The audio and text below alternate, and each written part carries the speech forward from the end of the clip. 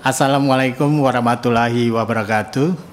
Selamat pagi, salam sejahtera bagi kita semuanya. Om Swastiastu, Namo Buddhaya, salam kebajikan. Yang sama-sama kita hormati Ibu Pimpinan Komisi 10, Wakil Pimpinan, sahabat-sahabat saya di anggota DPR RI Komisi 10, yang kami hormati Saudara Menteri Pendidikan Dasar dan Menengah, beserta Wakil Menteri dan jajaran yang hadir. Yang kami hormati Menteri Pendidikan Tinggi, Sains dan Teknologi, beserta Wakil Menteri, beserta jajaran yang hadir. Saudara Menteri Kebudayaan Republik Indonesia dan Wakil Menteri beserta jajaran yang hadir. Hadirin hadirat yang saya muliakan. Pertama-tama, fraksi PDI Perjuangan menyampaikan selamat pada Saudara Menteri yang telah ditugaskan dalam Kabinet Merah Putih. Selamat bekerja. Semoga 5 tahun ini kita dapat saling mengisi agar bisa mencapai harapan yang disampaikan oleh Bapak Presiden kita. Saya selaku Kapoksi 10, fraksi PDI Perjuangan, kami memiliki 8 anggota, dengan ketuanya yang kami berikan penugasan di depan untuk mengatur acara jalannya rapat, yaitu Ibu Mai Esti dari Yogyakarta, dan juga bertindak jabatan dia bukan hanya wakil ketua tapi juga di Banggar. Jadi aman Pak soal uang. Saya juga didampingi oleh Bapak Inyoman Parta dari Bali. Beliau selain anggota juga merangkap di Balek, Badan Legislasi.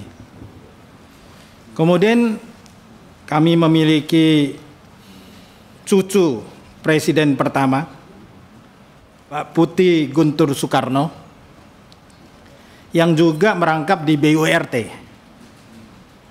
Dan kemudian Ibu Mercy yang masih bertugas di Maluku, juga di Banggar.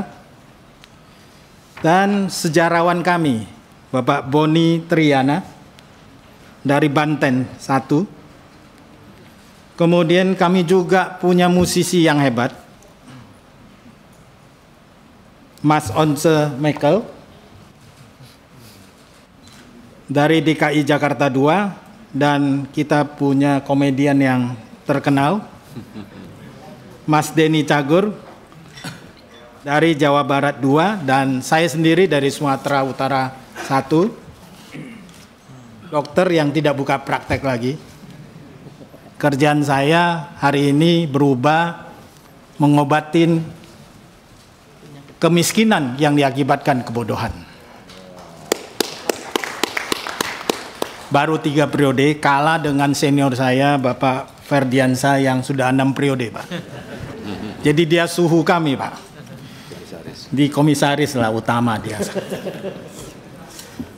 Bapak dan Ibu, hadirin hadirat yang saya muliakan, Bapak Menteri Pendidikan Dasar dan Menengah, kami sudah berkenalan jauh-jauh hari. Jadi tetap posisinya berada di depan kami, tapi hari ini sebagai menteri, kemarin sebagai narasumber. Sebagai latar belakang Sekretaris Umum PP Muhammadiyah merupakan satu lembaga keagamaan yang terkenal di Indonesia dan terbesar yang memiliki 3.334 sekolah. Sudah 6.000. Udah 6.000, berarti saya ketinggalan. Berarti yang data saya itu terjadi peloncatan yang luar biasa. Ini saya ingin mengatakan bahwa dengan memiliki sekolah yang demikian banyak, tentu memahami persoalan-persoalan pendidikan yang ada. Jadi Bapak pantas jadi Menteri Pendidikan Dasar dan Menengah.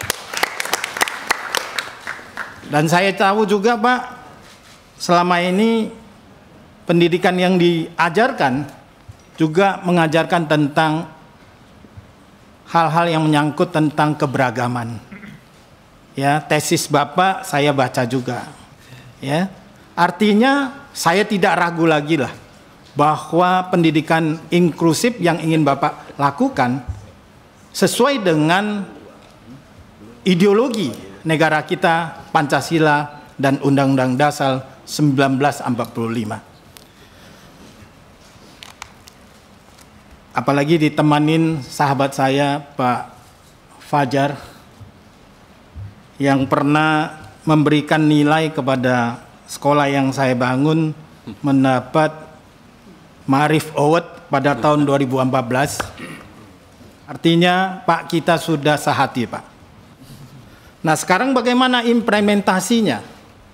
Kita punya banyak masalah. Ya, saya sendiri begitu baca, begitu Bapak terpilih, ditugaskan sebagai Menteri Pendidikan Dasar dan Menengah, itu muncul berbagai meme maupun di Facebook, di WhatsApp, di mana saja, yang seolah-olah Bapak adalah antitesis daripada Mas Nadiem Makarim. Semua yang dilakukan oleh menteri yang lama itu akan dirubah, di-delete. Berbeda dengan Menteri Pendidikan Tinggi, Sains dan Tek, saya akan meneruskan apa yang baik. Tapi ternyata setelah saya mendengar langsung wawancara Bapak, ternyata Bapak bukan berpemikiran seperti itu. Bapak mengatakan bahwa saya akan menyiapkan 1 bulan mendengar aspirasi dari berbagai pihak dan tidak akan segera memutuskan kebijakan yang berseberangan tersebut. Maaf, saya menggunakan hak konstitusi saya untuk berbicara pada hari ini. Pak Menteri, karena itu jangan muncul pameo setiap penggantian menteri adalah penggantian kebijakan maupun kurikulum. Hal-hal yang baik harus diteruskan.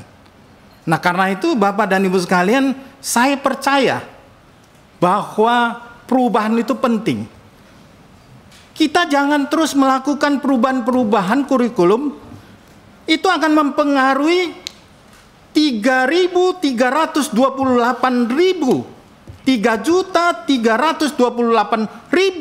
guru yang harus kembali belajar dan adaptasi terhadap kurikulum baru tersebut. Mereka akan bekerja, belajar dan belajar yang nasibnya tidak pernah berubah. Yang saya menginginkan bahwa kebijakan yang dilakukan hari ini adalah perubahan terhadap nasib guru. Nasib guru harus diselesaikan.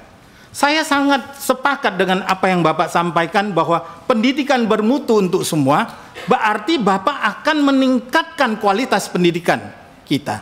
Dan saya sepakat, pendidikan yang berkualitas harus dimulai daripada guru. Karena itu, guru harus mendapat kesejahteraan yang jauh lebih baik. Yang sebaik-baik seperti apa yang baiknya? Adalah bahwa jangan lagi mereka punya hak penghasilan 230.000 per bulan. Kita sudah ada instrumen, Undang-Undang Dasar kita sudah menjamin itu. Nah karena itu Bapak dan Ibu sekalian, Mas Menteri, bahwa jangan ada yang dibawa UMR lagi lah.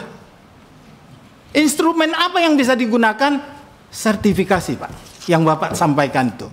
Nah ini kan berhenti hari ini. Impasing yang sudah tidak ada. Kalau itu kita gunakan, hari ini tidak ada guru kita yang penghasilannya di bawah UMR, atau bekerja sebagai pemulung, atau sebagai pekerjaan yang semestinya tidak dilakukan oleh seorang guru. Kemudian saya ingin menyampaikan bahwa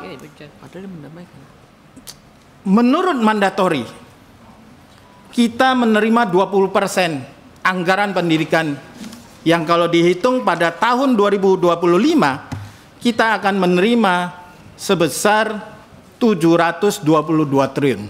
Sungguh besar. Tapi kita sering bilang bahwa itu bukan bagian daripada kami.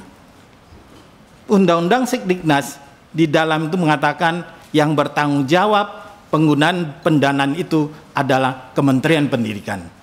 Nah, bahwa dia bergeser kemana-mana, Bapak bagaimana menangkap itu kembali agar bisa menaikkan gaji guru. Nah, saya ingin sampaikan bahwa berkaitan tentang kemiskinan. Untuk memutus kemiskinan berarti pendidikan harus berkualitas, tetapi juga harus mampu memberikan kesempatan belajar yang setinggi-tingginya. Pak, saya mengunjungi Muhammadiyah yang di pedesaan, Al-Wasliyah di pedesaan. Uang sekolah mereka cuma 15.000, Pak. Nunggak. Gaji guru 500.000. Kepala sekolah kerja 8 tahun, 800.000. Kita punya dana 722 triliun. Nah, komponen apa yang bisa kita berikan? Ternyata program Indonesia Pintar itu jitu untuk memberikan. Walaupun SD 450.000 itu bisa membebaskan uang sekolah mereka. 180.000 bayar, masih sisa 270.000. Nah, karena itu saya ingin menggambarkan, Pak, bahwa hari ini tahun 2025 program Indonesia Pintar kita ada 17,9 juta. Ya, menyediakan dana 9,67 9,6 triliun. Nah, untuk 17,9 juta dari 44,5 juta peserta didik. Nah, saya ingin mohon, Pak, kalau bisa yang PIP SD, SMP udah lama nggak naik. Kemarin yang SMA, SMK udah naik dari 1 juta menjadi 1,8 juta. Yang 450.000 dan 750.000 hendaknya dipertimbangkan untuk dinaikkan.